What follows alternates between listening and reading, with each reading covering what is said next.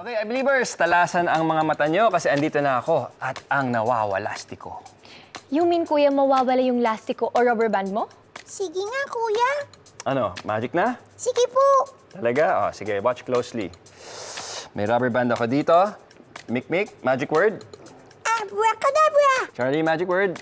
Abracadabra! Wow! Nawala nga siya! Saan na? Saan na? Nawala. Paano nangyari yung kuya? It's here, guys. Oh, Oh. hulaan ko. I'm sure may involved na misdirection? Aba, syempre. Sa angle nyo kanina, hawak ko sa aking kamay ang lastiko. Pero from another angle, hindi nyo nakita na nandito talaga siya nakatali. Oh. Nandito siya. Nakatali siya dito sa wrist to. And then, nakahawak ako ng ganyan. Ganyan siya. Okay, now, nung nagpa-magic word ako kay Charlie, binitawan ko siya, and really quick, bumalik siya dito. Oo nga, mas Saan kita yata? nga sa direction na yan. Diba?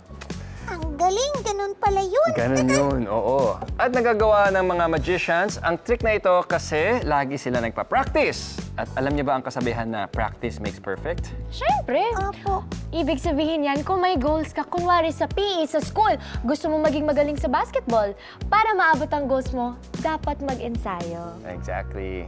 At ito, paalala lang sa mga I-believers natin who want to be Juan Tama. Parating kailangan mag-ensayo.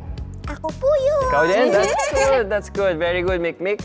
And by the way, alam niyo ba na meron ding mga I-believers na nag-meet, greet, learn, and play sila sa GMA Bida Bawat Batang Pinoy Caravan. Wow. Oh, wow! Panood po! Oh, let's watch.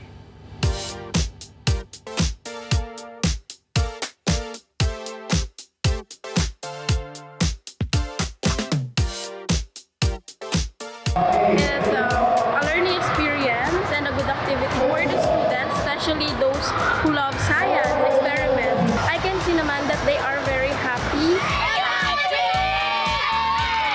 Itong event na to nakaka-inspire siya kasi at least in this event, meron silang mga natututunan na bago. And I think it is also a great experience kung saan nalalabas nila yung competitive side nila.